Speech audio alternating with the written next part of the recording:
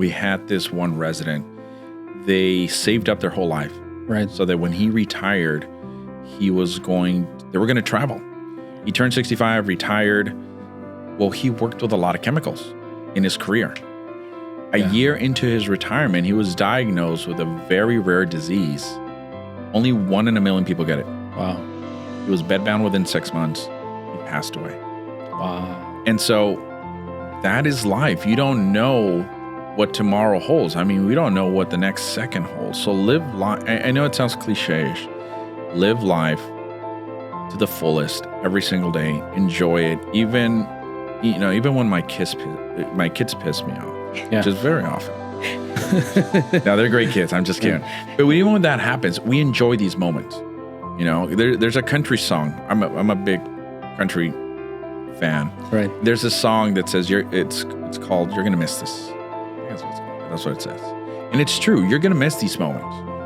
I'm gonna miss these moments where my son's learning how to play football. He's learning how to fight jiu-jitsu, and he's going through his tournaments and all these things. Or even the bad moments, you're gonna miss it because it's gonna be one day where it's just her and I. Welcome to the Limitless CEO Podcast. Today we have a special guest, actually 2 special guests. We have a power couple, Amanda and Boris Palomino. They are the owners, 50 and 50%, if I'm not mistaken, senior care residential facilities. And thank you so much for being here today. I appreciate you and yourself. You guys are a great couple. We met at the Inner Circle, and I'm very excited for today's podcast. Thank you for coming. Thank you for having us. We're excited to be here. Thank you for so coming. much, Jonathan. It's a pleasure being here. Thank you. Appreciate you. Can you guys tell us how you guys started this facility, a little bit about your story? Introduce yourself. Go ahead, hon. Ladies first. Oh, thank you. So That's nice. See, chivalry is not dead.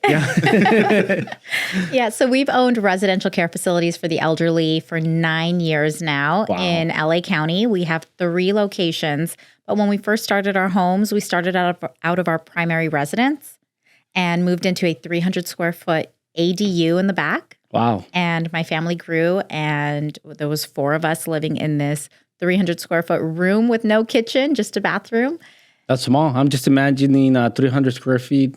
What is it, like 20 by 20, 20 by 15? It was tight. Yeah. It was tight. It was very tight, but we made it work for us because when you have big goals and dreams, you make those sacrifices and work towards them. So we lived in that situation for 5 years while building out our business. We had several opportunities to move out, but we were just hungry to accomplish some big goals and dreams.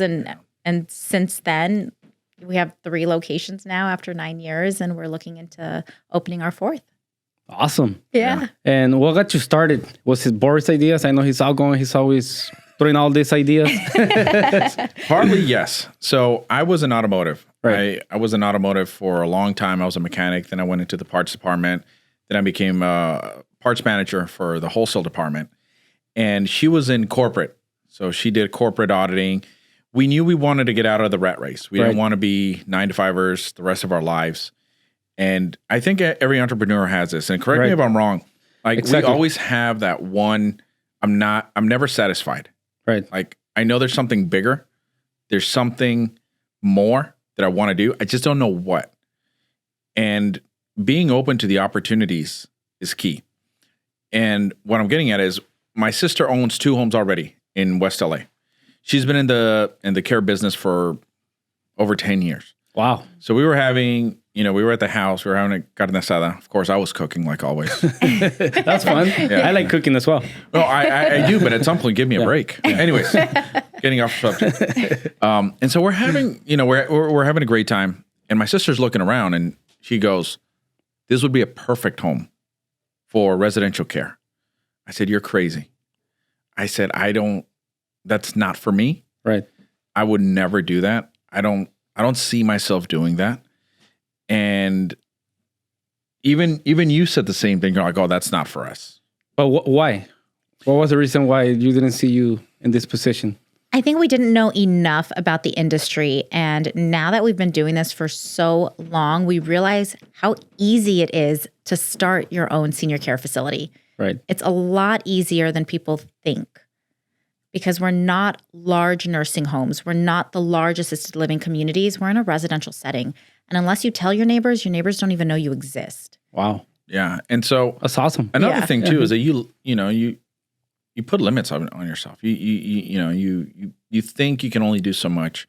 For me, it was like, I don't think I have the patience. I don't think I have what it takes to be a caregiver, because we deal with, 65 seniors, 65 and over. A lot of them have cognitive impairments. They have dementia. They have Alzheimer's. You deal with a lot, and you deal with death. And so, yeah. Don't scare me. No. I don't like talking about death. You don't? But it's okay. Well, I mean, it's part of our business, and it's part of life. Right.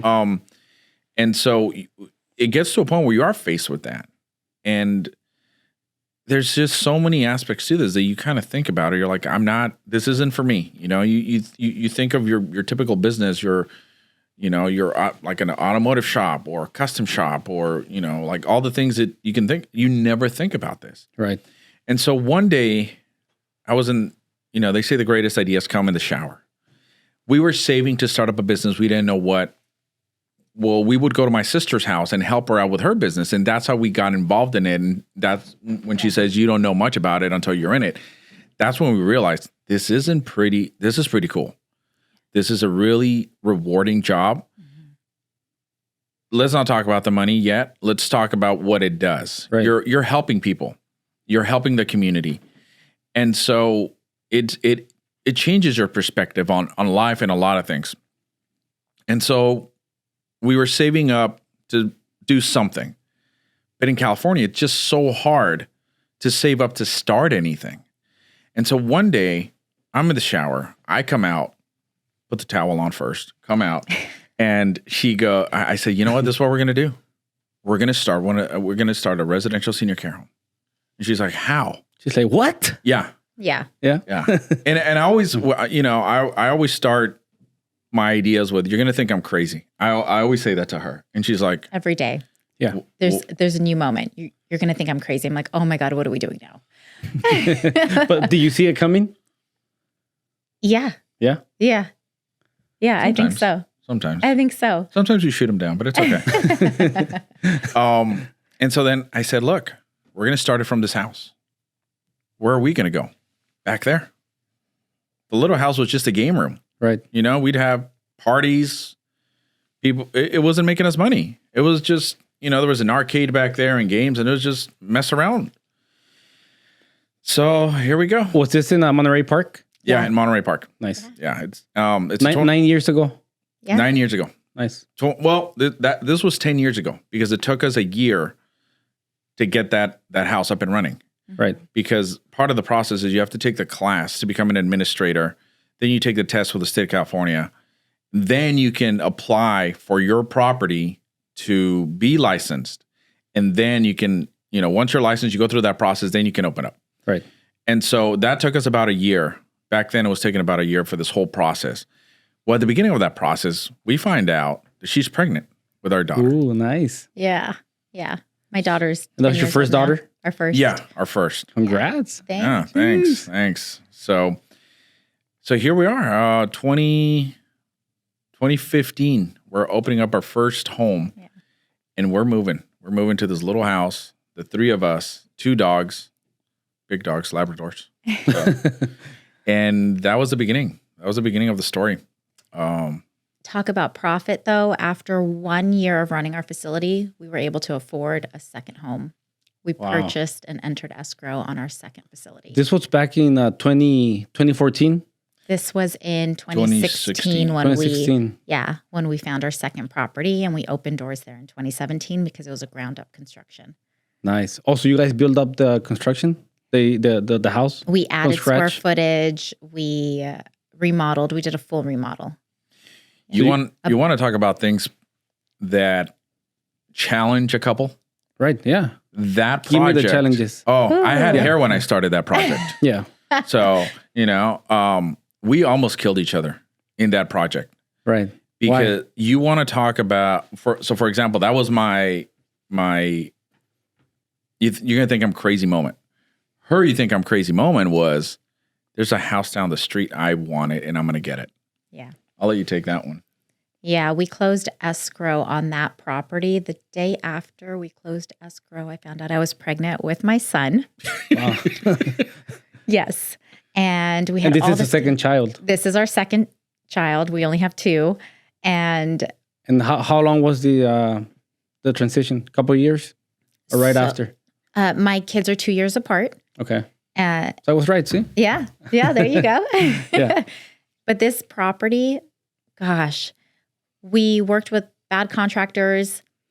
And there was good and bad, right? So the bad was the bad contractors. We lost a lot of money building out this property, close to $100,000. Wow. Made a lot of mistakes on that property, adding features that till this day we don't even use. Right. And, this is stuff that we're teaching others to avoid because we don't want anybody to lose money if unnecessarily. It's like when I bought my truck, I bought all the extra features. Yeah. I don't use anything. I just drive here and there. Exactly. Yeah. There's things that you don't need in business that you think you do. And there's areas where you do want to spend your money. And so that property, yes, we lost close to $100,000 and all the mistakes that we made there. And when we opened doors, because we were trying to recoup so fast, we accepted our first client without having full staff. Boris and I were sleeping on air mattresses with our kids in the empty bedrooms just to staff overnight shifts. Wow. That's a huge challenge. And you already had your business, like you started your business 2 years prior. Yes. Right. And you bought the first house. Yes. Right. And then soon after, you bought this other house. Correct. But in order to keep the cash flow and everything running, you had to sleep in mattresses. Right. To do a sacrifice. The first house was our primary residence. Right. And that house still is her childhood home. Mm-hmm. So that's where we started. Was that your mom's house? Yeah, that was my parents' house. And Boris and I, when Boris and I got married, we purchased from my parents. And it was not a gift? No, we purchased. I know, right? No, we purchased. We have a mortgage on that property. Right. So we purchased it outright from my parents. And a few years later, because Boris and I have been married for 16 years now. Wow, congrats. Yeah, thanks. You're catching up to me. I've been married for 20 years. 20. Congratulations to you. Oh, thank you. So with that first property, we... I lost my train of thought. What was I saying? We started a business from it. Well, that. Yeah. That your mom. Yes. I mean, sold you the property, and you still have a mortgage. And we then from do. There. Yes. But when we opened our second location, the first one was already running on its own. It didn't need us as much. Right. So we were able to focus on the startup of the second location. So how many people you had on the first location? So we're licensed for 6 residents out of each location, and that's the loophole in California law. You can have 6 seniors per house without having to deal with conditional use permits or zoning laws. You're still licensed by Department of Social Services in California, and you can run a legal business, and it's a very profitable business too. Interesting. Yeah. But what really is interesting is how your sister told you, this is a perfect setup. Yeah. What does a perfect setup look like? Like the first house, your mom's house? Yeah, so we look for now your house. 3-bed, 3 to 4 bed, 2 bath. And then in terms of passing fire clearance, egress or an emergency exit out of one of the bedrooms or hallway, it's very minimal setup. Right. There's grab bars in the restrooms. There's possibly a fire door and ramps from the front and the back of the house. Large enough to accommodate wheelchairs and walkers. But any home you can really modify to do this setup, and it doesn't cost that much. It needs to be 1 story. Yeah. One story. 1 story. One story. I mean, you can do a 2-story. A 2-story will work. So you need an elevator? You need an elevator. You need like the stair master. No, the stair master is where you work out. Oh, the stair lift. Stair lift. We're gonna do that tomorrow. Yeah, that's right. With the fuzz. Yeah. So yeah, you would need something like that, but it's just an extra liability. You can put caregiver rooms upstairs or something, but preferably you want 1 story. Mm-hmm. That's a big deal. Right. You want a 1-story home. And there's actually 4 ways of getting into this business. 1, you can own and operate the home. And this is what, is a McDonald's model. McDonald's is not in the business of hamburgers. Right. McDonald's is in the business of real estate. Interesting. So with this industry, you're tapping into two industries: senior care, which is massive. It's unheard of. And there's baby boomers are coming into the age of care in 2030. Think about this for a second. We're talking about the biggest generation coming into the age of care in 6 years. So everybody that we're helping through our coaching program, Open Your Homes, by the time 2030 comes in, think of how many clients are out there. Over 1.5 million seniors, right? So this is why it doesn't matter to us. We'll help whoever open up homes because there's going to be, there is a need already, and it's going to be even bigger. Yeah. So going back. It's not going to affect you if you keep coaching people because the market's so big that people are going to get old anyways. Right. Yeah. There's no competition. There's no competition. Yeah. And so if I wanted to get into business, how much would I need to invest? Well, first you call me. And then I can give you a call. Call me. Yeah. You go through my coaching program. Yeah. And then we get it going. No, if you own your home, you can do that. Because on top of the value of your home, you're adding $200,000 to $300,000 of the value of the business on top of that property. Right. So you're not going to lose. Second way is you can lease a property. And our third property is actually a lease. We're leasing it from a friend of ours. Right. And so you can do that. What you want to do is you want to structure it to a long-term lease. Okay. Minimum 5 years. Ours is 15 years, renewable every 5. And because you're being overseen by a Department of Social Services, you have to keep that property in good shape. Mm-hmm. Otherwise, you're going to get what's called a citation. In 9 years, we've been fortunate enough, because we run our business very efficiently, to never have a citation. And so that keeps the house clean. Yeah, I mean, it's our staff. It's a training. It's everything that we. If you need maintenance, we do construction. Awesome. Yeah. There you go. We just formed a partnership. Yeah. And so that's it.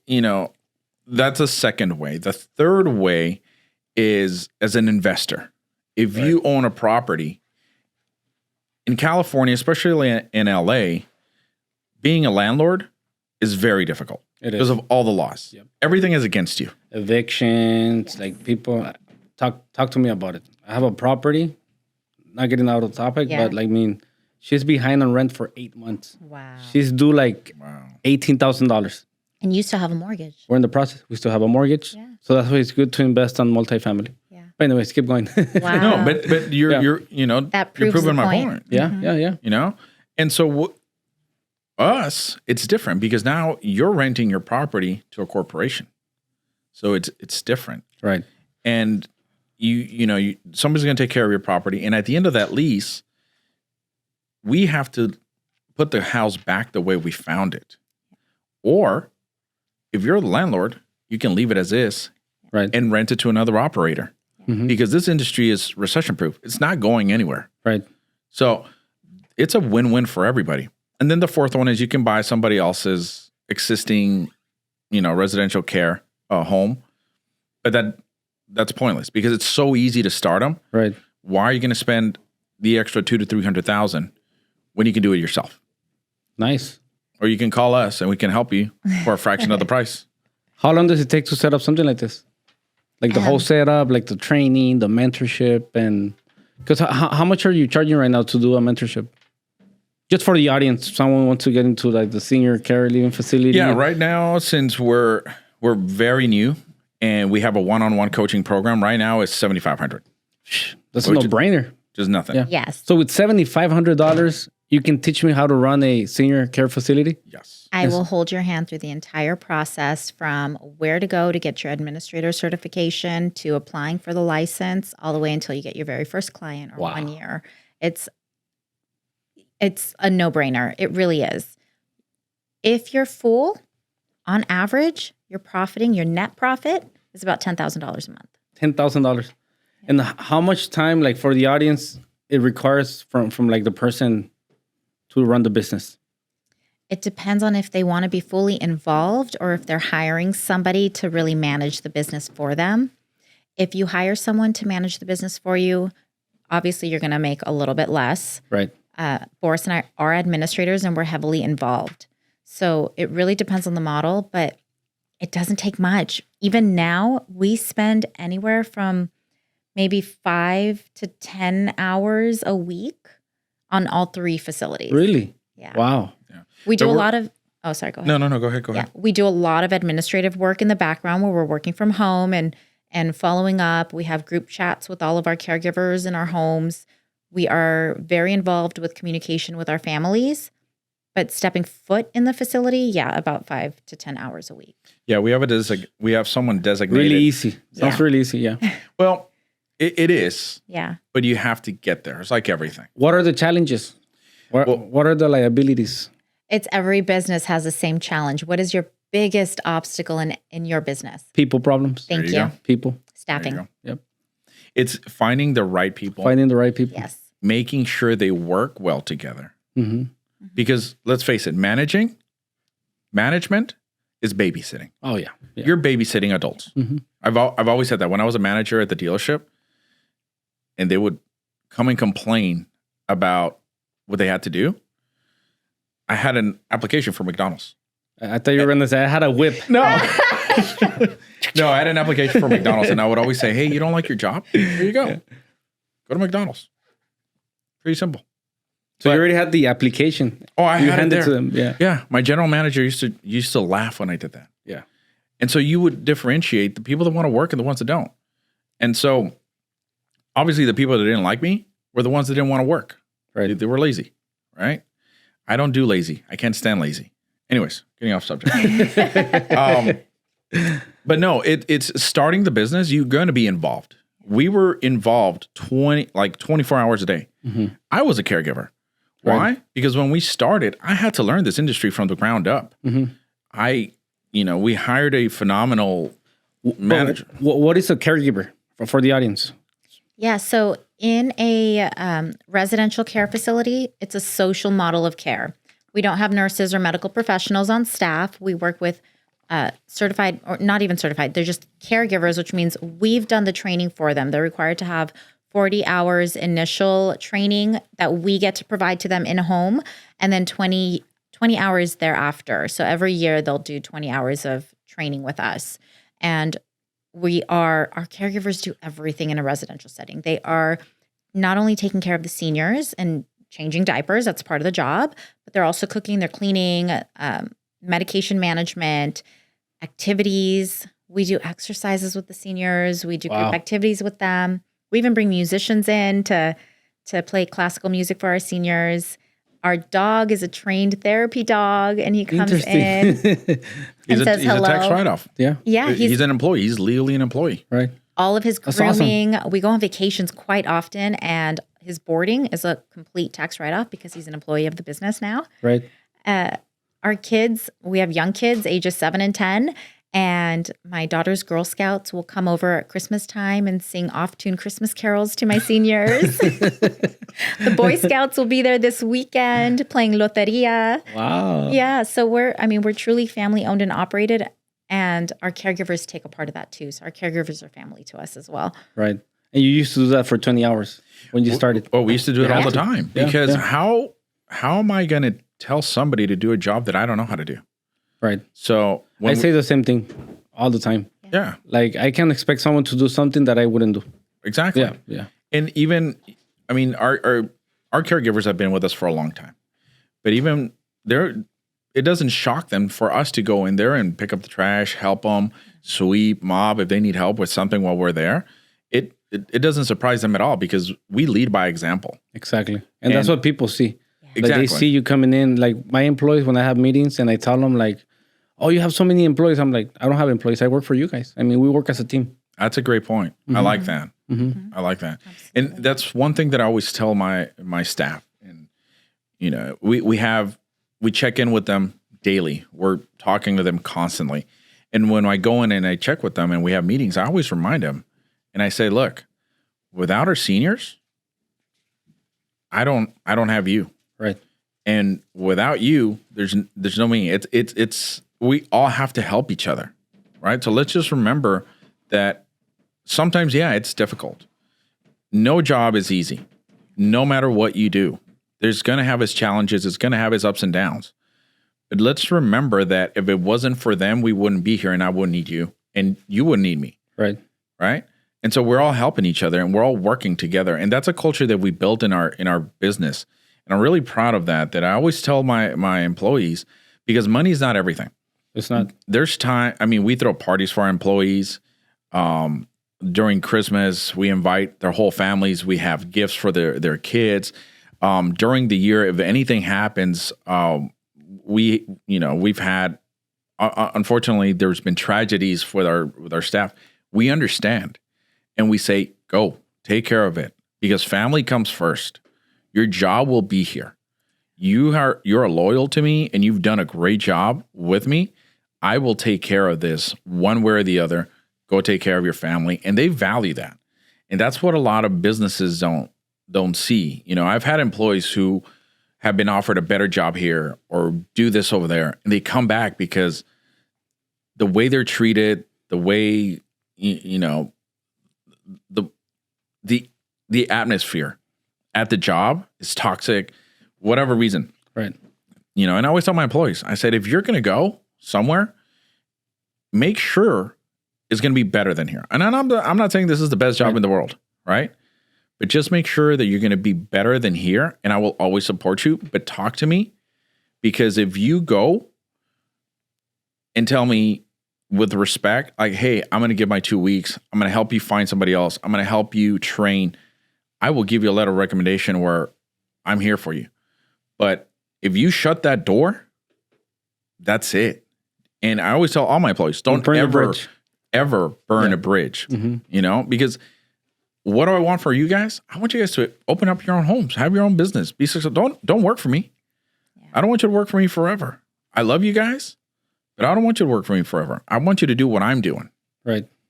And you touch on so many points, and this is something that I speak about every single day with my employees on podcasts and trainings and all over the place, including the culture. Like, we can touch a little bit about culture. What's your culture like? How do you deal with your people? How do you keep them aligned? Do you have a mission statement? What are your core values? And then, talk to me a little bit about that. I don't know who's, if you want to touch on those points. Yeah, absolutely. So our mission, our values, everything has always been lead with service first. Right. We're taking care of people, and it's a very high liability business. So when we're looking for caregivers and when we're training with our caregivers, we always look for somebody who has compassion. You can train anybody simple tasks. Especially on senior living. Yes. Yeah. Yes. But you've got to have compassion and patience for seniors. We work with dementia residents. Right.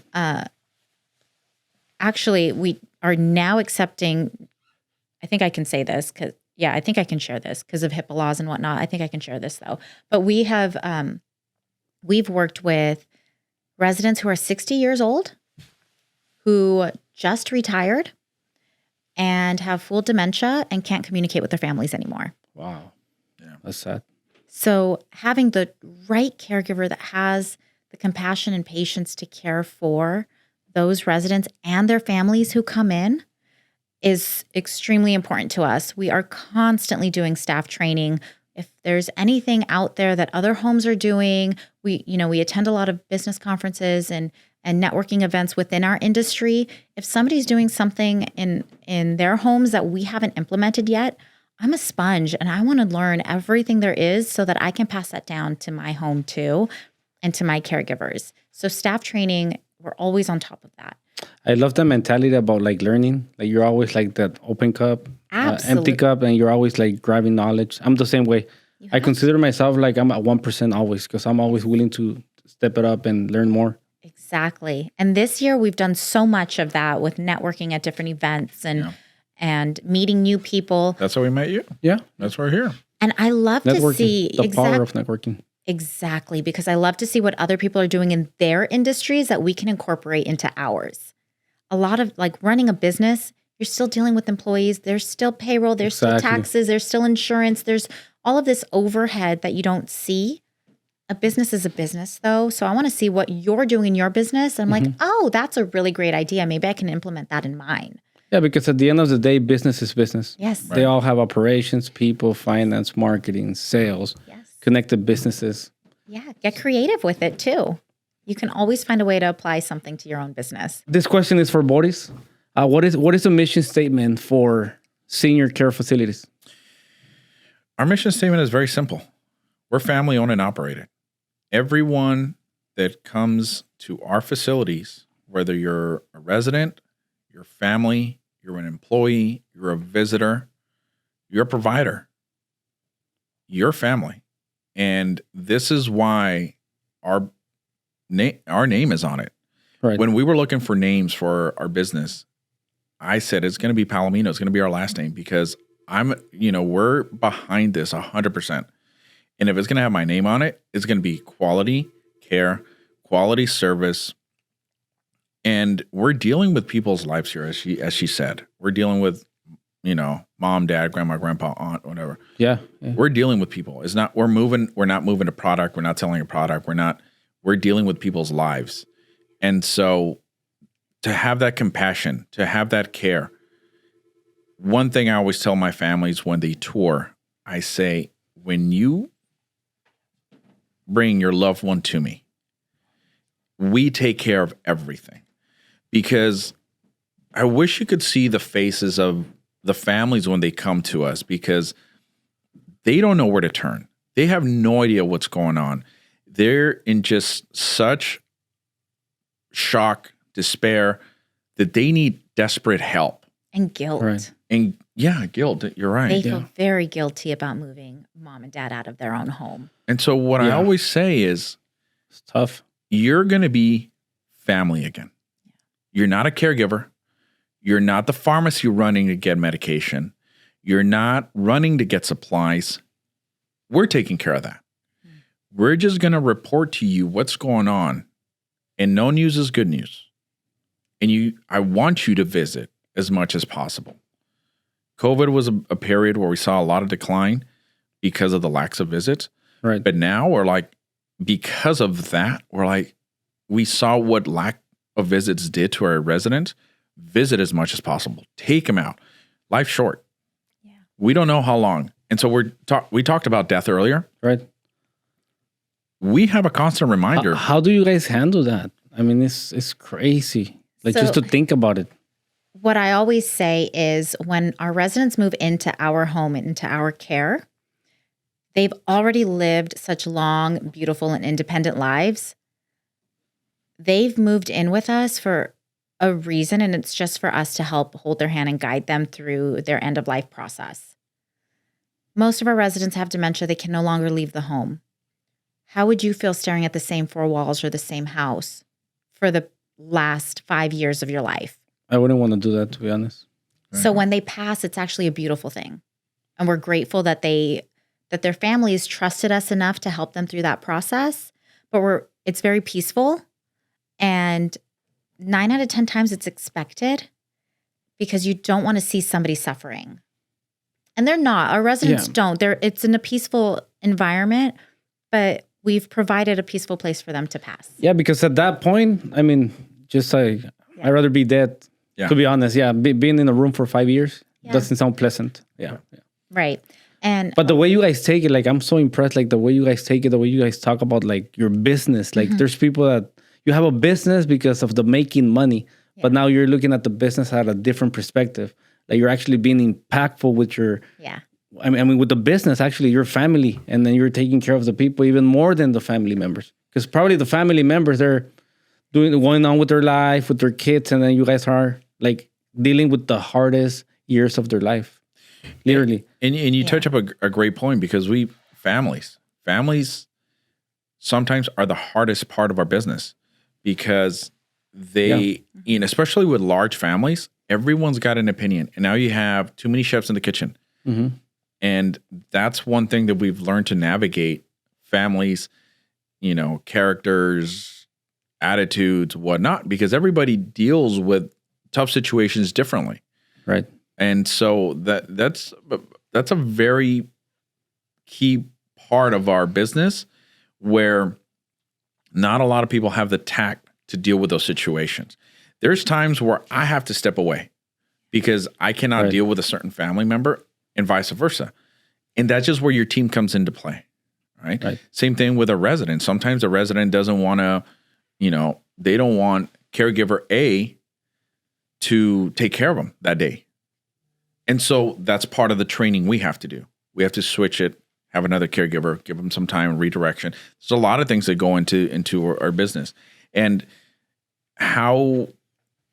another point that you touched on is why we started this business. I'll take you back to 2014. Why did we start a business? It wasn't because of the money.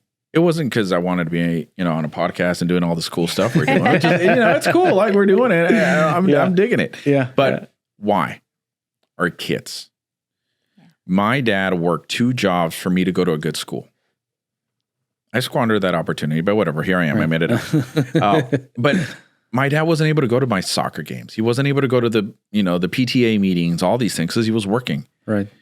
And so I didn't have the opportunities to go to a big university or whatever because of all, my life. And I said, whenever I have kids, we both want to be involved. Right. And so now I'm out there on the field with my, coaching my son. I don't miss any practices. I don't miss any games. We don't miss, they both fight jiu-jitsu. We don't miss a single tournament. I'm head of what's called Dad's Club at my kids' school. I put golf tournaments together for our kids' school. She runs the gala. We're very involved in our kids' life. Yeah. That's awesome. And that's why we did it, not the money. That's very awesome because like the first kid that I had, my first son, I wasn't able to do that because I was working on the field. I was always working. But then the last 3 kids, I'm able to attend to every single event, the Christmas party, the Halloween party, whatever it is. They're going to sing. They're going to be in the choir, whatever it is. You have more time actually to go there. Those you are just moments. block your calendar. Yeah. Those are the special moments. Those are the moments you'll never get back. Yep. Yeah, and a lot of people, that's why they start their own business, because you can manage your own time.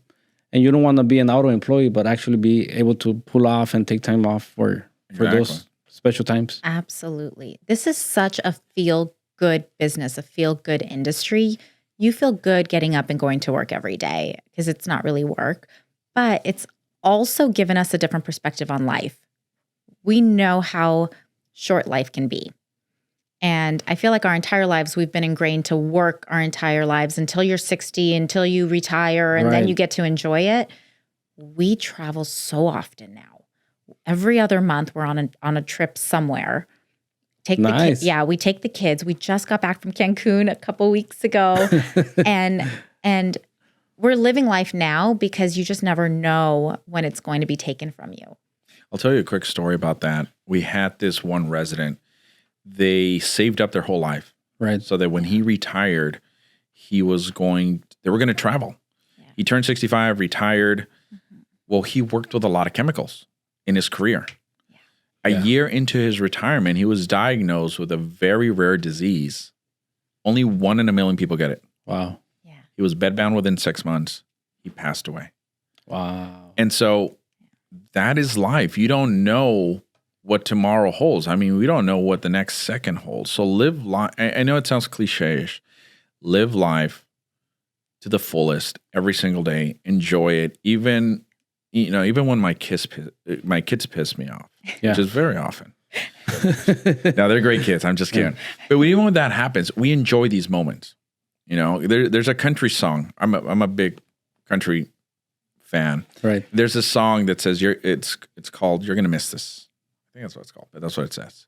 And it's true. You're going to miss these moments. Yeah. I'm going to miss these moments where my son's learning how to play football. He's learning how to fight jiu-jitsu, and he's going through his tournaments and all these things. Or even the bad moments, you're going to miss it because there's going to be one day where it's just her and I. Mm-hmm. If you still keep me around, I don't know. We'll see. I'm thinking about it. And we're going to have nothing but memories. Yeah. That's all that's going to be left. And that's your legacy. The money comes and goes. All of that stuff it's irrelevant at the end of the day. But what is your legacy at the end of the day? Did you make a positive impact in somebody's life? Did you help people out? Because when we're dead, nobody's going to remember you. That's huge. I'm also huge on not all my life, but just recently, the past 6 months to a year, I'm trying to get off the business more. Even if I'm not growing that much, but actually disconnect, like you said, and spend more time with the family. Yeah. That's huge. Absolutely. I love it. Yeah. And having the right people around you. Right. You know, having the right friends around you, because going back into business, the more you grow, and you can attest to this. Yes. The more you grow, the more you move up, the more people are either going to hate you and talk about you, and then you're going to find out who your real friends are. And so that's very important, to spend time with the right kind of people. And we've just learned this recently. Right. You know, we're learning this more and more. Yeah, no, because work never stops. Like for me, I have like millions of things to do. And it's never going to stop. Focus on the priorities, automations, and keep going. Problems, lawsuits. That's how you know you're growing, because you start getting lawsuits.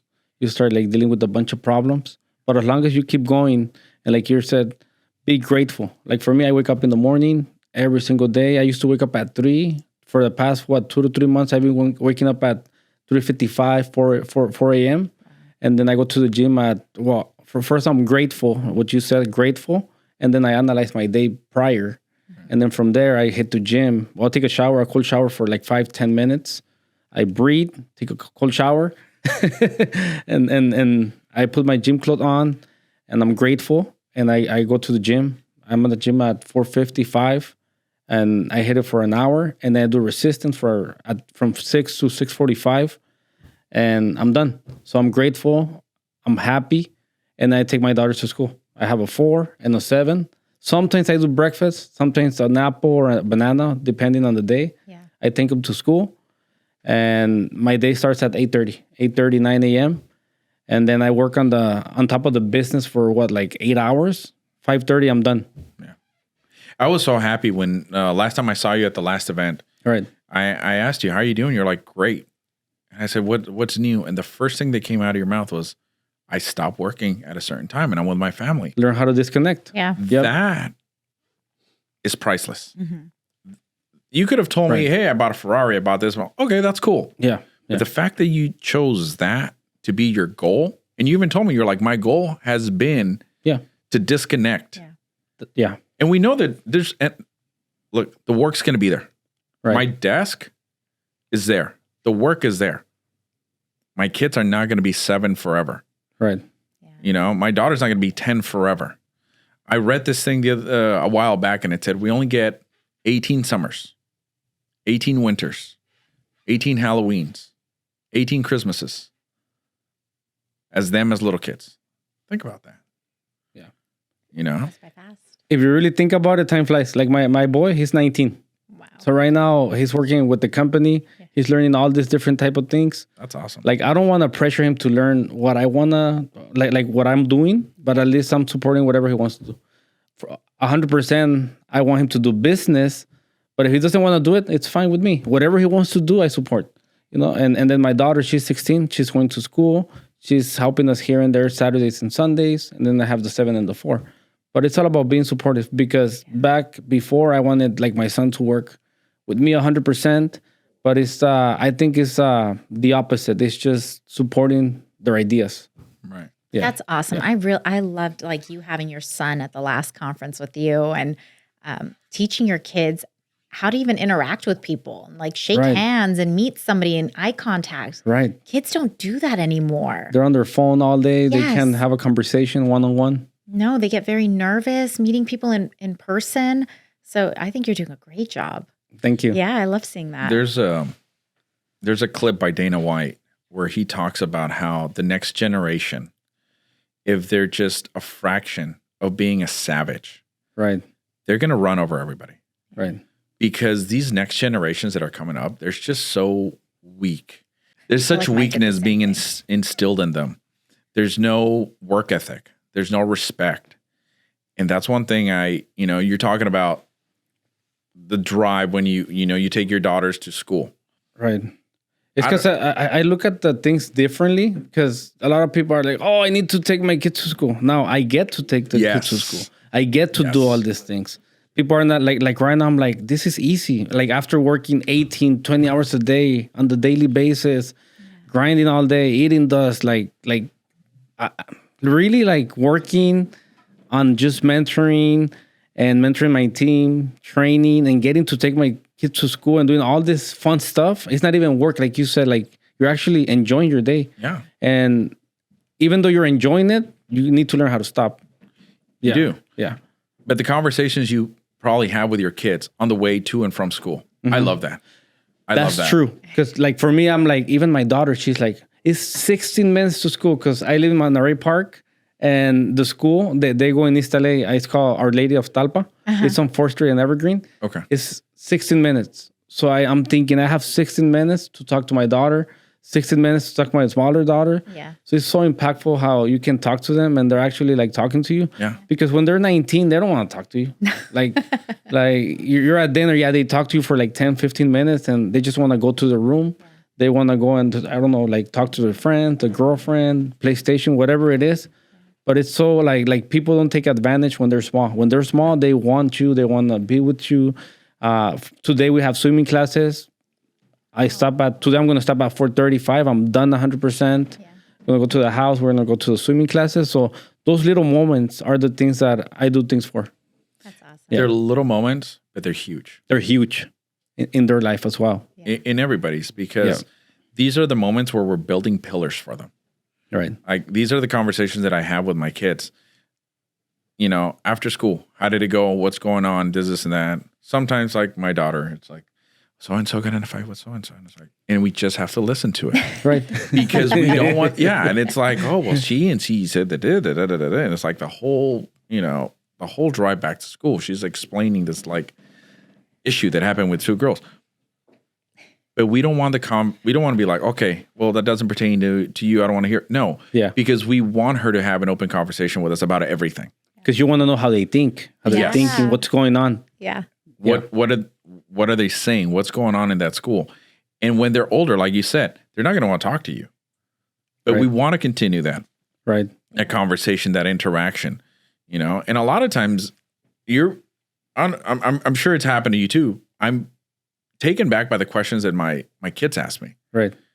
You know, I'm like, where did that came from? like, yeah, All the time. yeah. And then the perspective that they have, or the points of views that they have, or, you know, my son, he just all the time, he's asking questions. Like she'll call me. She's like, your son hasn't stopped asking questions all day. They have so much energy, but it's good though. It's good. So much. That's how you know they're happy. Because when you see a kid that is not talking anymore, they're depressed. I mean, they don't play. Something's going on. Yeah. But when you see a kid that is happy, is always playing around, and like you shouldn't stop them. Yeah, you should mentor them and listen to them and give them an advice. That's what I learned. Because they're happy. I mean, that's how you know you have a happy children. So your kids do swim? What else do they do? So my both of them, they do swimming. So we do swimming on Fridays. And my daughter, she's in all kinds of sports. She's in acting. She's in media. She does everything. Wow. Swimming, cross country. And then my son right now, he's working. But I mean, everybody's active. So everybody's doing something. So you're busy. I'm busy. Yeah. We get that. We're always on the go too. And that's one of the biggest things. Like people want to have a lot of kids, but then there's no time for it. And I learned this like now, like recently, like 4 years ago. Because back in the days, I mean, we wanted to have 8 kids. But I'm like, 8 kids? That's too many kids. Too much, a lot of time consuming, a lot of activities. Because it's not only having the sons and the daughters, it's actually spending time with them. It's expensive. Yeah. Too. And expensive. Yeah. Yep. Yeah. No, we stopped at 2. So once my son came around, my daughter, she was planned. So how many children do you guys have? Just 2. 2. So it's the 10 and 8? 10 and 7. 10 and 7. Yeah, my daughter's the oldest. Nice. So you have a boy and a girl, the couple. Yeah. The boy wasn't planned. It was a fun evening out, and you know, the rest is history. She planned it. Yeah.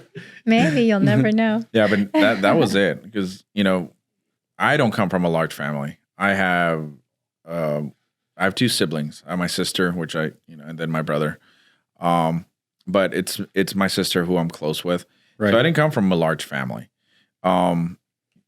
You kind of did, but we, you know, I eventually won my Corvette. So I'm like, no, we're just going to get 2 kids. Well, we come from a big family. We're 8, 5 guys, 3 women. So it's a big family. When we have a party, we had our quinceañera, my daughter's quinceañera on August 31st this year. That's awesome. It was huge with just the family. It was like 200 people. That was just family? Just family. Whoa. And just my family, because my wife's family is at Mexico. So it was the wife, the sons, nephews. Yeah. A lot of people. Oh my gosh. Yeah. I I mean, it's nice. Yeah, all Latinos with banda, norteño. We had so much fun. It was like, I think, to be honest, it was the best quinceañera ever. Really? Like, and I coordinated with my wife. We never done a quince. I told my daughter, do you want to do a quinceañera? Or do you want a car? Or do you want to travel? And she's like, oh, I don't want anything that's fine. We told her a year before. And then she's like, a month before, I want a quince. Okay. We got everything together. We coordinated, even though we didn't know what to do. But I went on YouTube. I started doing research, asking my sister. And we put it together. It was the best quince ever. Where did you have it at? It's Don Quixote. It's like a venue.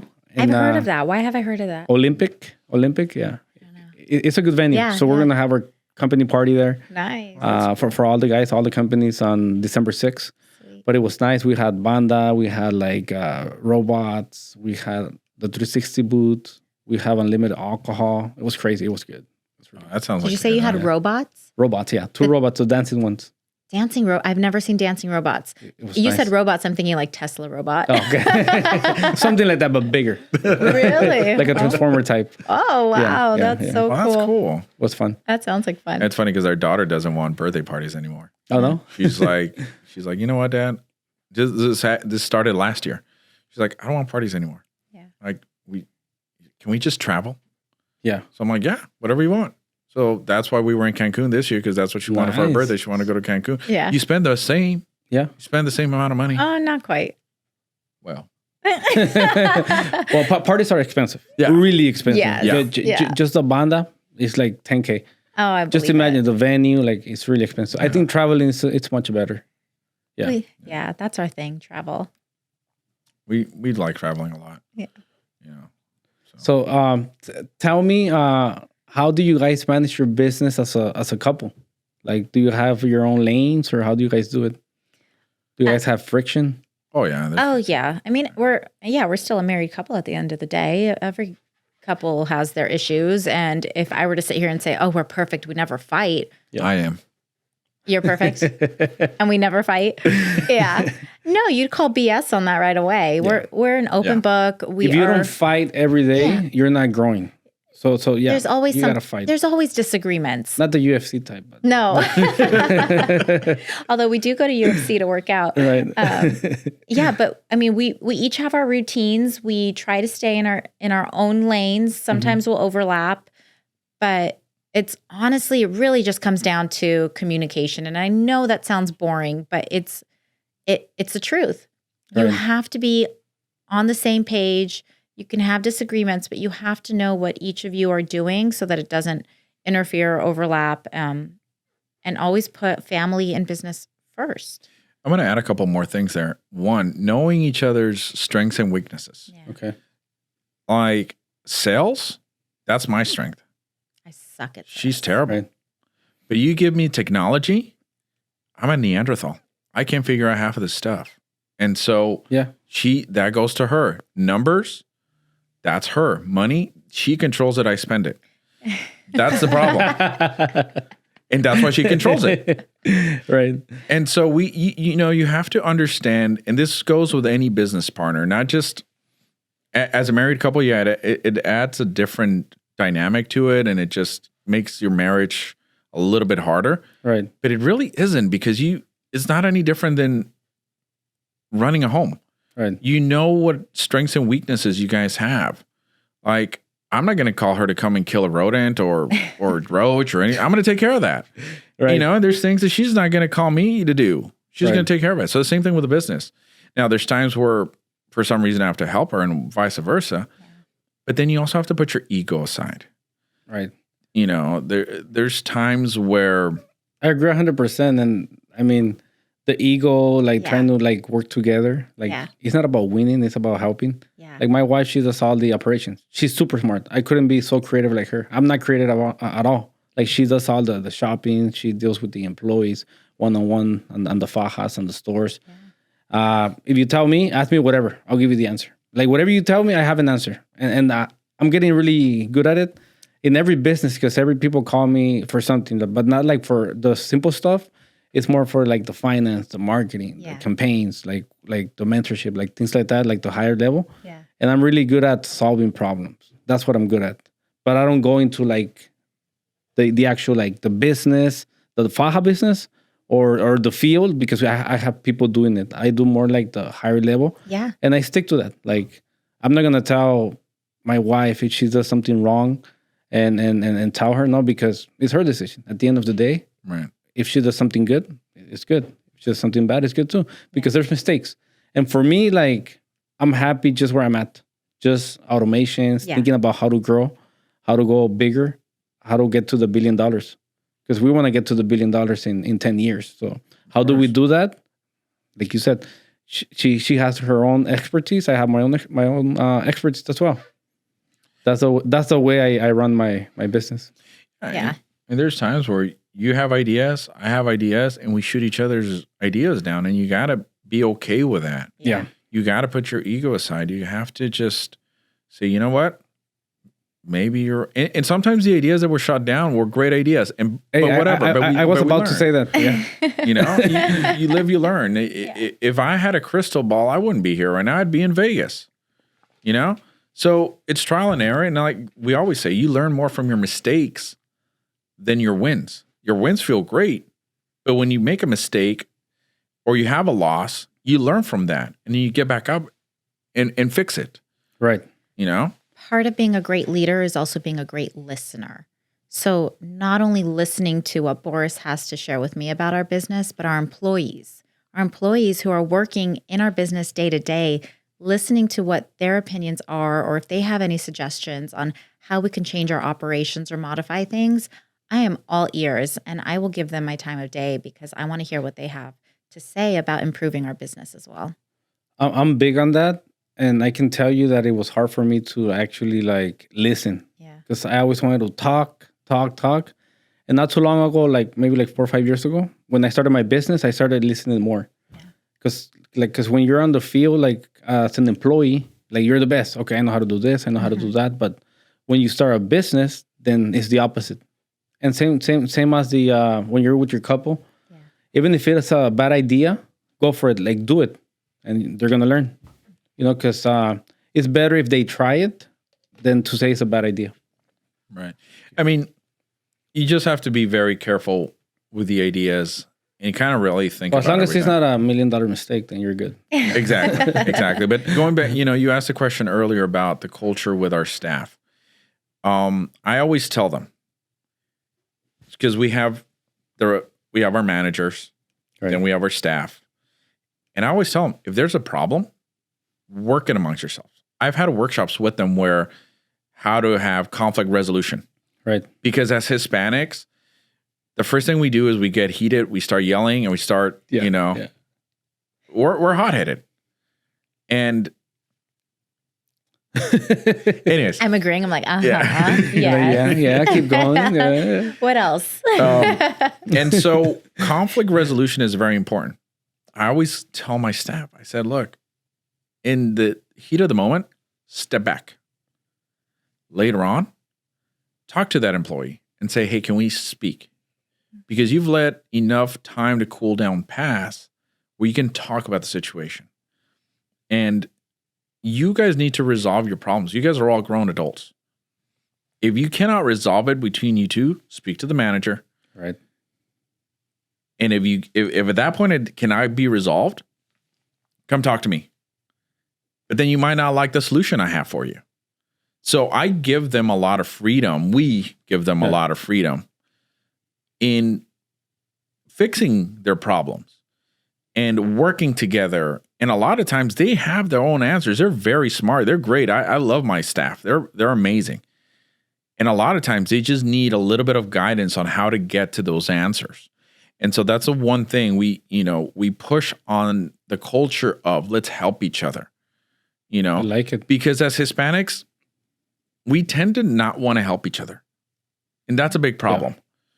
Yeah. And for example, if somebody needs a day off, I would get in the past a call and say, hey, she doesn't want to trade days with me. I said, okay, let me talk to her. And I'll say, hey, you know that one day you're going to need a day off too, right? And a lot of times it's the way you talk to them. Yes. It's not even what you say, it's the way you say it. It's the way you present it. Yes, exactly. Yeah. Great point.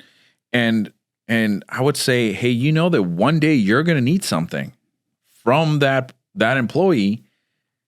And I'm not going to step in and say, hey, what's going on here? Because you started this.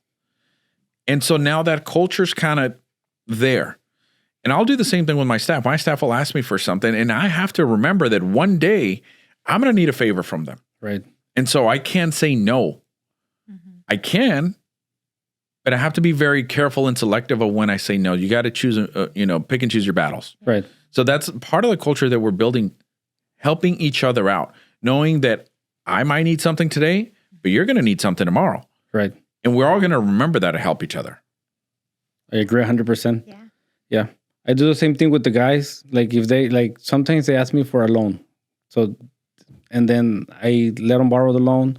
But if they come too often, then I'm like, you know what, this time I can't do it this time. Or they tell me, you know what, let me get a loan of a certain amount of money. Then I just do half of the amount. And not only like in that sense, but also like whatever it is, if they want to take the day off, how long are you taking? A week. And then they come back 2 weeks. So it has to be something that doesn't happen too often. And touching on your point about like how to resolve resolution and conflicts, there's this book called The 1 Minute Manager and the question behind the question. Because people, they just want to come back to you and ask you for the question. And what I tell them is like, what would you do? And then they tell you, that was the answer. Okay, do that. Yeah. We do that too with our employees whenever we have our caregiver meetings and they bring up issues. There's problems in the home. Okay, that's the problem. Give me some solutions. What do you think some solutions should be? And then they have to sit there and think about it. Right. Instead of us just giving them all the answers, I want them to give us some suggestions on how we can fix that problem. And 9 out of 10 times they do. Right. You have to give them the tools and the confidence. And a lot of times, like when we do meetings like every Thursday, operations meetings. So the guys always comes with the problem. So we have a problem. Like, what's the solution? Yeah. So if you come with the problem, come with the solution or suggestions at least. Exactly. So we can look over. So don't bring it up next week. Come with the solution. Yeah, and that's something that is very important. Empowering your employees to speak to you and to have an open line of communication. Because a lot of time there's this, employees always feel like they can't talk to the boss or they're intimidated or they're scared. We walk in, our employees get mad at us because we're not there enough. Like they want us there all day, every day. Right. Because they enjoy us just being there. And I'm like, no, we got things to do, They want us to go and they want to chit chat with us. Yeah, and they want to talk about like what we're doing in the gym and our diets and we were talking about that earlier. And fajas. We're going to go back with your catalog of fajas to them and they're going to be so excited about it. And there's times where my employees will be, hey, I got this issue going on. It has nothing to do with work. I need help with this. And we'll listen to them and we'll help them as much as we can, or we'll refer them to somebody. Like we'll go in, take care of business, knock it out. And then we do a little bit of BS. Right. Because that's important. Like, really important. Understanding your people to the one-on-one personal level is really important. Yeah. Because everybody has a different driver. I'm huge at what you're saying about the personal, professional, financial goals. Like you're talking about the personal, and then you can coach them one-on-one. Right. Yeah, that's huge. Like we had this one employee, she left. She was amazing. And I remember one day she told me, she's like, hey, I'm giving my 2 weeks. Start looking for someone. We'll train her, whatever. Okay. Where are you going? I'm moving to Florida. Yeah. I'm like, good for you. And last I checked about a year ago, she bought a house. She's got a great job. Yeah. She's in the fitness industry now. She got a nice car. That was awesome. We love hearing that. Yeah, I love hearing that. As long as they're winning, yes. I mean, it's fine. We love hearing that. Absolutely. Yeah, so sometimes what I do is also like in my employees, the way I keep them motivated, like all of my employees, I can say that they don't leave the company. Like we let them go because we want to make sure they're winning and they know how to win more. Like right now, I'm working with my assistant. I was talking to him yesterday. What can you do to make more money? What can you do to do an incentive? What can you do to get a commission? So I'm like, okay, maybe you can start selling the work orders and get a commission. Because a lot of people on my staff, they get a commission like the crew leaders, the supervisors. So having your people have a skin on the game and like knowing that they can make more money if they want to. If they decide not to, then it's fine, but they know that they can make more money. And this way, they'll stay because they know how to make more money. That's awesome. Yeah. And one important point that you just brought up right now, everybody gets motivated differently. Right. Everyone you can't speak to one employee. You can't speak the same way to every employee. Right. Every person has their thing that's going to make them tick. Right. And that's one thing I learned from my mentors in the automotive industry. They're like, dude, you can't talk to everybody the same way. They're not going to, some of them are just going to shut down on you. Yeah. You have to understand every person is different. And that was one of the biggest lessons I've learned from a lot of great mentors I had in the different dealerships. And it's true. I don't speak to each of my employees the same way. Everyone, I speak to them differently. And I know what's going to motivate one to do what needs to get done. And also incentives. Not everyone is incentivized by money, or not everybody's incentivized by XYZ. You have to find what motivates your team, what gets them going, what's going to make them happy to continue to work for you. Yeah. And I think that's a mistake that a lot of business owners make, that they don't value the person as a person and deal with them as an individual versus an employee. I'm 100% with you. That's the exactly same way, the way I speak, like the way you deal with your people, finding their drivers. Because people, like maybe someone wants to go to the gym. Maybe someone wants to buy a house. Maybe someone wants to work more hours. And understanding their driver is super important. And this way they're winning. Right. I love it. And everybody's winning. Everybody's winning, yeah. Everyone is. Because it's easy to be up top and yell orders and say this and say that. But that's not going to last for long. Right. Human psychology is not that hard. If you're yelled at and you're, if they're on top of you, you're not going to want to work there. Right. And so that's why we joke around that our employees wish that we walk in there and BS with them the whole day. And it's like, yeah, because there's so many different personalities. There are. And like, even for any new business owners out there who are afraid of starting your own business, a lot of it is trial and error and just being open to criticism. Right. Letting go of that ego and just listening and figuring it out as you go. That's really how we all started. We didn't have this experience 9 years ago. And when you started your business, you didn't have all of this management experience. I just committed, and then figure it out. Exactly. And that's really the way to do it. I mean, look at the guy we just saw at the Heat conference.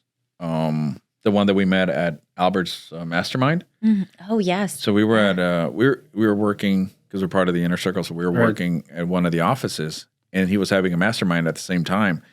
And afterwards at the mixer, Albert goes, "Hey, talk to this gentleman right here." And so I started speaking to him, and he's been in construction his whole life. He was doing cabinets for kitchens and whatnot. Right. And I said, "What's going on, man? Like, where's your business cards? What are you doing?" He's like, "Nothing." I'm like, "Why?" Yeah. "Oh, because I don't know where to start." I said, "What do you know how to do?" "Well, I can do this, I can do that." And then all of a sudden he just started showing me pictures, and he was so excited. I said, "That passion right there, that's what you got to do." Right. You just told me your business plan. That's going to take you places. And this was back like 2-3 months ago. Wow. And I just saw him at the Heat conference, and he came up to me. I'm like, "Hey, how what's going on?" Hands me his business card. That's awesome. Yeah. He's like, really "I cool. did it. Yeah. I started." I said, "Did you get jobs yet?" He's like, "Yep, I'm doing it on my own." Nice. I'm so proud of you. It was such a feel-good moment. Yeah. It was nice to see people succeed. It's because a lot of times they just need that extra push. Yeah. And they got to take that action. Yeah. They think too much about it and they don't do nothing. Nothing changes. Get out of your head. Exactly. I mean, Yeah. going back, you only have one life. You only have one chance. Just go for it. Yeah. And we're blessed to be in the best country in the world where the opportunities Endless. are there. If you don't have it, it's because you don't want it bad enough. I really believe that. I mean, I was born in Mexico and I came here when I was very young.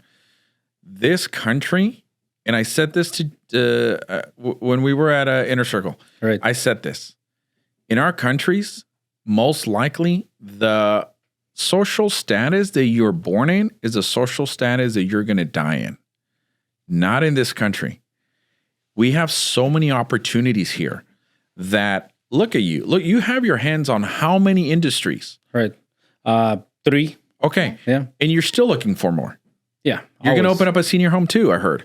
You know? Coming soon. 2025. But Limitless senior living. yeah, there you go. Jeez. But we have endless opportunities here. We just got to go out and grab them and work hard. Yeah. And we're Hispanic. We're Mexican. There's nobody keeping us down. Right. We keep ourselves down. So let's continue to work. Let's continue to grow. And let's continue to help each other. It's not that hard. It's not that hard. Just put in the work. Yeah. Outwork people. People are lazy. Yeah. People don't want to wake up. They don't want to plan their day. They want to work the 8-hour minimum.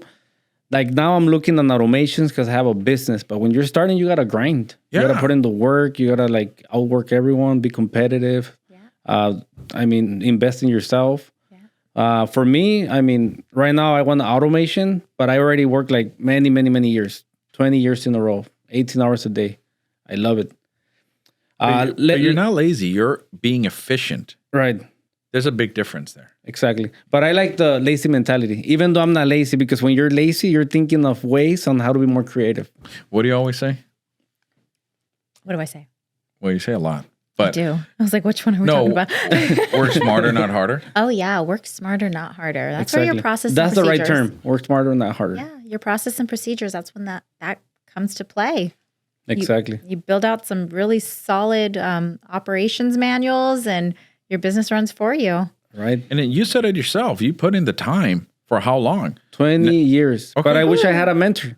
If I had a mentor, I'd done it way faster. Oh my gosh. Yes. Well, we had my sister as a mentor, but now it's different. Now we have we have Albert as our mentor. Right. It's a different level now. You outgrow your mentors too. Yeah. Right. And so right now we're working with him and it's been great. But we put in the time. We changed diapers. We dealt with residents that punched us. I've had my hair pulled. Really? I've been punched in the face. Oh, yeah. Wow. Yes. Yeah. They didn't pull my hair, but I got punched a few times. Yeah.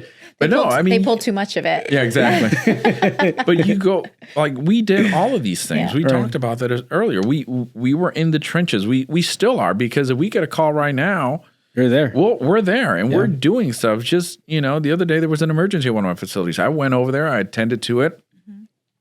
Mm-hmm. You have to set the example and you have to put in the work. You never start putting in the work. Right. Does the load get a little easier? Yes. Mm-hmm. Do you figure out ways to make it more efficient? Yes. But the work is still there. Mm-hmm. Yeah. And you're right. People are lazy. People don't want to work. People want to have all the nice things, all the good stuff, the travel, the cars, the watches, whatever. But they don't want to put in the work for it. They don't want to sacrifice anything for it. Right. I agree 100%. Let's touch base a little bit on community, because I've seen some of your reels. I've seen some of your stuff on social media. And I know you guys are big on community. I see you giving back to the community. Yeah. I see you at events. I saw you, I think, with some firefighters, the police, and the police department. Yeah. Why do you guys do all of this? Why do you guys give back to the community? It is so important for any business to get involved with your city or your local community. We've talked about building a personal brand for yourself. But when you give back to your community also gives back to you. So we sponsor our police department golf tournament, Our fire department has a pickleball tournament that we sponsor. We take lunch to our firefighters every year to all of the stations in the city. Wow. And they come and they help us at our facilities. We care for seniors. Accidents happen, emergencies happen. We're calling 911 quite often, where paramedics are having to take our residents to the nearest hospital. And it gets to a point now where we've built such great relationships with them. We get to request a certain hospital over another if, or depending on the resident's condition, and if the hospital has availability for them too. But we've built those relationships where we get to ask for those types of things. I love it. Yeah. I mean, let me know if there's any availability. I'm willing to sponsor some things as well. Yeah, absolutely. Yeah, well, definitely, because it goes a long way. Right. And I'll tell you one incident that happened. Well, we've always built a good relationship with everyone in our community. Mm-hmm. That's very important. Any business, as you mentioned it. Yeah.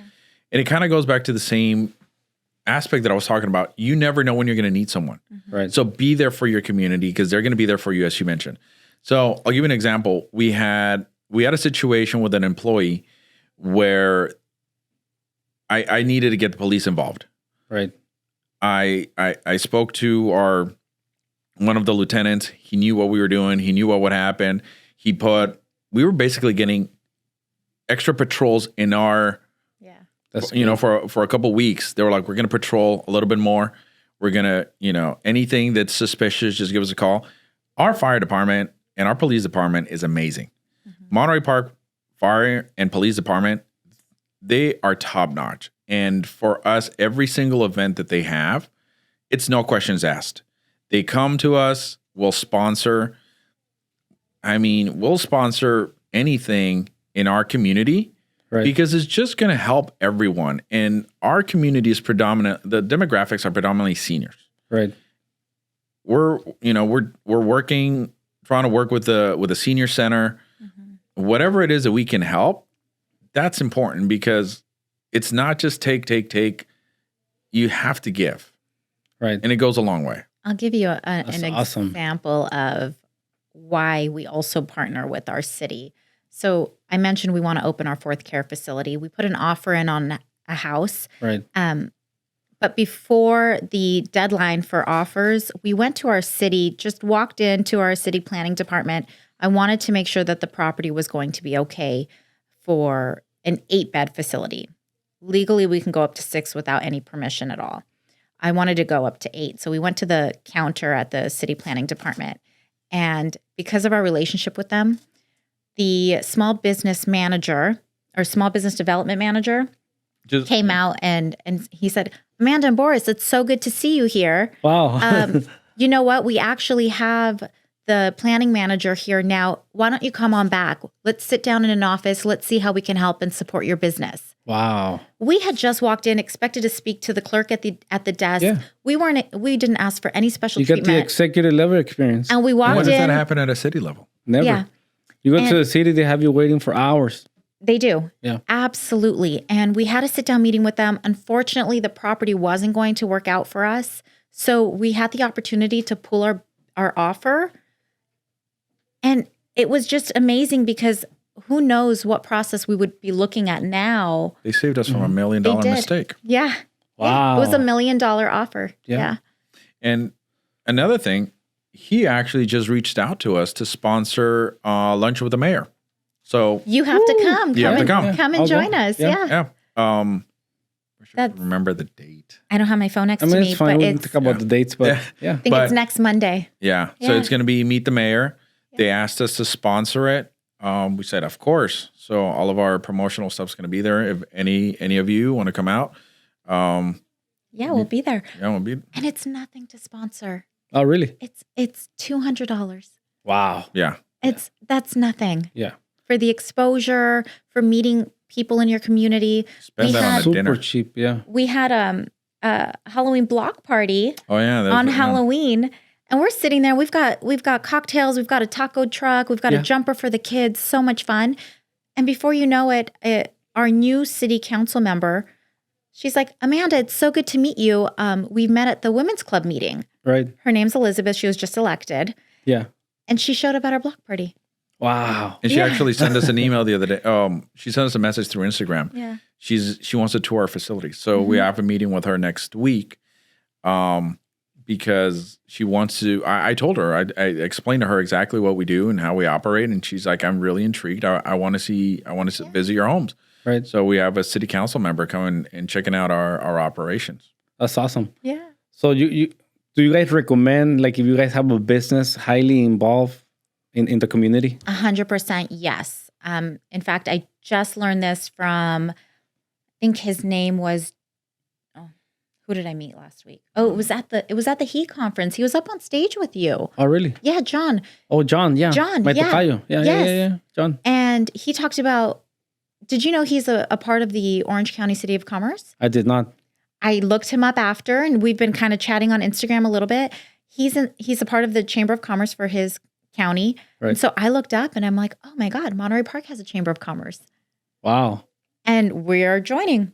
Yeah. And you should too. I should, yeah. Yeah. You should. You know what? I was planning on joining the LA Chamber of Commerce, but I think I'm going to do Monterey as well. Monterey Park is the way to go. They even do ribbon cuttings for new openings. Oh, really? Yeah. Wow. And it's the membership is like cheap. It's like $5,000 a year or something like that. It's worth it for any business to get involved with your local community. Absolutely. It's free publicity. Definitely. There you go. See, collaboration is a new currency. Now we're talking about joining the Monterey Park Chamber of Commerce. There you go. So many business owners are afraid of investing. You know, we were talking about this earlier. Right. The money that comes in, you reinvest it. Yeah. As a business owner, you really don't have money. Right. You know, because I'm always broke. Yeah. Yeah. I'm always broke. Yeah. Yeah. Like my kids are always taking my money. But anyways, that's a different subject. No, but in reality is you have to reinvest it. And so a lot of business owners will say, well, I don't want to spend that much money on, sponsorships or this or that. It's it not only is it going to multiply, it's going to help you tremendously. Right. There's so many benefits to it. And that's one thing that business owners need to understand. Right. Invest in your community, give back. There's no better feeling than to give than to take. Because it comes back. It really does. Like, even in the smallest of ways, it comes back before you even know it. Right. And so, one thing Brad Lee talks a lot about is abundance. Give, be abundant. Don't have a scarcity mentality. I learned that from him, and I've implemented that in my life, and it's paid dividends thus far. So. It does. I'm always giving back to the community. Last year, we gave out a project, $65,000 project, Celestian awesome. Family Youth Center. We brought in Sherwin-Williams. They donated the paint. We donated the work. We had like tacos. We have a small little party there, and also a charity event. And then from that event, I got another project, Celestian High School, over $100,000 project. And it was just a referral from there to another school. And we did Cal State LA, USC, just by giving back. I wasn't expecting a return, but by all means, you start getting more opportunities all of a sudden. It opens up so many more doors. That's incredible. It really does. Yeah. In our business, there's a lot of Medi-Cal waiver programs where we're allowed or able to help low-income seniors. Right. And not very many homes know about this program or not willing to work with it because you don't get paid up front like you typically do. You have to wait for your payments. We are one of the homes that will work with this program. And once I got the word out there, this entire week, my phone has been blowing up. Wow. With referral agencies, just in shock that one, we're actually willing to work with low-income seniors. And two, they have so many seniors that need help. And we didn't really think of it in any other way than just wanting to help. Yeah. It's because people will feel you, will sense you. Yeah. The way you talk to them, because you're coming in from the heart. So people, I think they feel you and they'll refer you. Yeah. And these programs that they're rolling out here, they're essentially, it's almost like Section 8 but for senior living. Right. And trust me, we tried the whole Section 8 game. Yeah. That's a big loser. Oh, yeah? Yeah. We tried it earlier this year, and we got a couple properties out in Alabama. We got our money back. Yeah. Got our money back, but no, we're out. It's funny. I was just talking to the agent the other day, and he's like, dude, you got out at the perfect time. This whole thing is not panning out. But anyways, this is different because there's not enough homes for them. There's not enough homes, right? And there's not enough quality homes. Yeah. And so that's why our coaching program, it has to be in a specific model in order to work out. It has to, if you want the success, it has to be the way we've structured it. Right. Because that's what's made us successful. Right. And to run a quality home, anybody can run a home. Right. There's homes out there. We talk to the LPAs. LPAs are the program analysts from the state that come out and inspect us every year. And they've told us horror stories where they're typing in their laptop and they have roaches running across their laptop or there's rodents. Really? Wow. Yeah. And they're still open. They don't get cited? They do, but they don't care. They get cited, they pay the fines.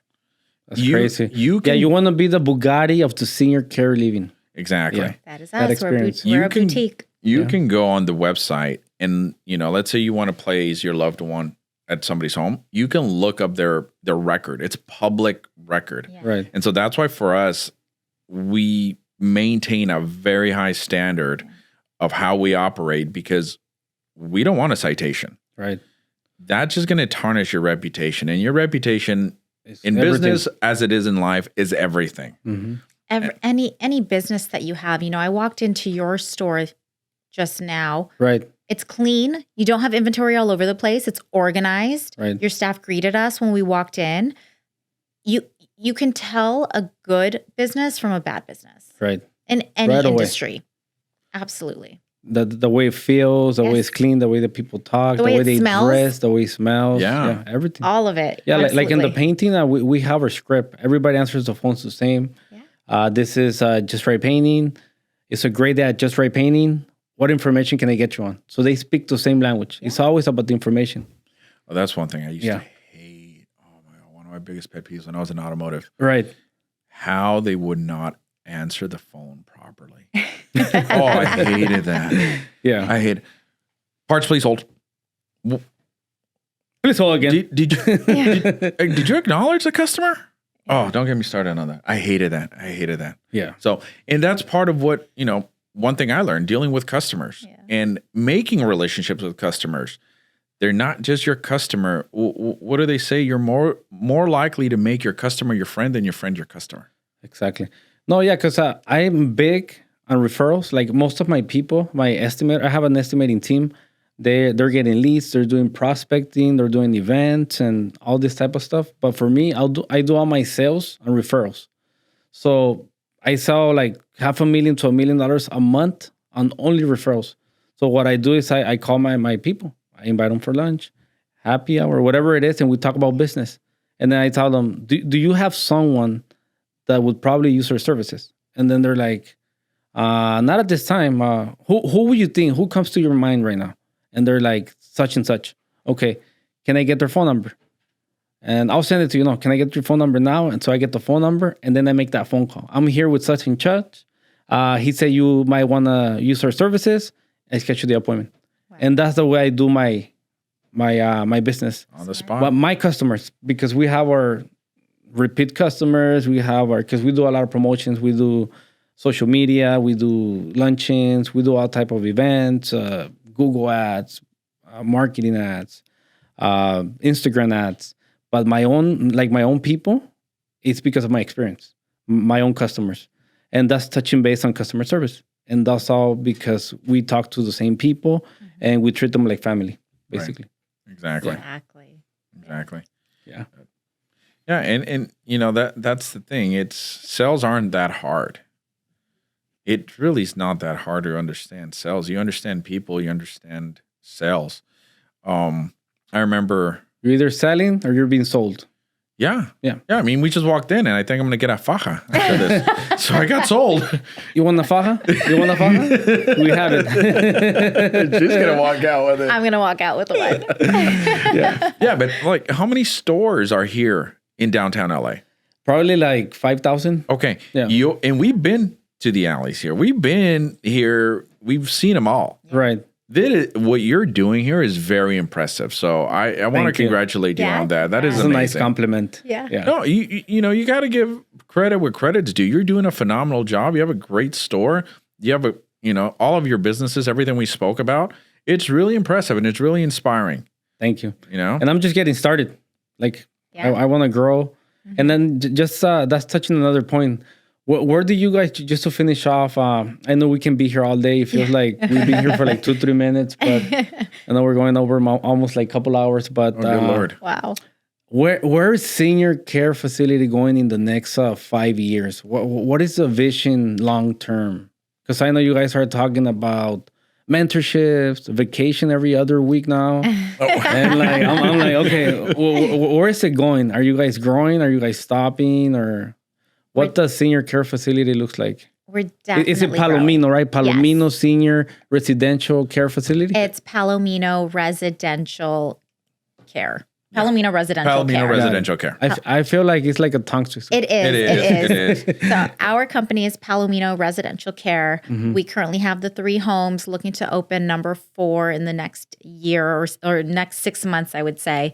And the future, Boris would love to get to 10 homes.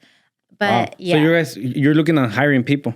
Hiring people and really growing and scaling this business. Right. And in the interim, we are coaching others who want to enter this residential senior living space. We have so much experience. We've made so many mistakes. Right. But the people in our program right now are already ahead of the game. Awesome. Yes. Yeah, it's really exciting. How does that feel? Oh my God, it feels so good. When you help people and you truly help them from the heart, Right. it feels so good to see other people succeed. And like we talked about this earlier. There's hundreds of thousands of coaches out there. Right. Whatever industry you're going to go in, make sure that it's a coach that is in the trenches and knows the business. Right. Albert's been agree hammering 100%. this point a lot lately. Yeah. If you don't have the business and you're coaching, you don't talk to them. Right. If they have the business that they're coaching in, then that's who you want to go to, whether it's fitness, senior living, painting, whatever. Right. If you're not in the trenches and you're not in the day-to-day and you don't know the operations and how to run a business, how could you coach? Right. And so that's why we come into play, because we have 9 years of experience being owners and operators. And that's where we're teaching people. She got a phone call from one of our students now, and she's like, I've had this person mentoring me, and she's telling me to do this, and that. And she's like, no, that's all wrong. Yeah. And she already But you knew her right off the bat. Oh, right? 100%. It was just a quick 30-minute phone call. And she gave me all the steps that she was currently going through. And she's like, I just have this gut feeling that I'm being steered in the wrong direction. I said, that's because your gut feeling will always tell you the truth. Right. Always follow your gut feeling, because you're right. You're not doing things the way you're supposed to be doing. This is what you should be doing instead if you really want to fast track your business. Right. She's already submitted for her licensing application. So we're hoping she's up and running within the next 4 months. Nice. Yeah. And that's like what people don't see. Like, okay, you're paying like $7,500. Yeah. That's like nothing. It's And you're getting nothing. the blueprint to actually like expedite your success. It is- that's And that It is price is not- going up in January. So for everybody watching. so if you guys want to know like that. get some coaching now before 2025, $7,500, and want to change your life, you got to get the one-on-one coaching with Amanda and Boris Palomino. There you go. $7,500 to coach you how to run a business, how to start a business, and how to do everything in regards to senior care facilities. I mean, they're the ones right here. Thank you. That's impressive. Where can people like find you? We are on Instagram. My handle is the Amanda Palomino. Mine is Boris V Palomino on Nice. Instagram. What about YouTube, YouTube and TikTok and Facebook? Not on TikTok. I feel like I'm too old for TikTok, but I'm probably not.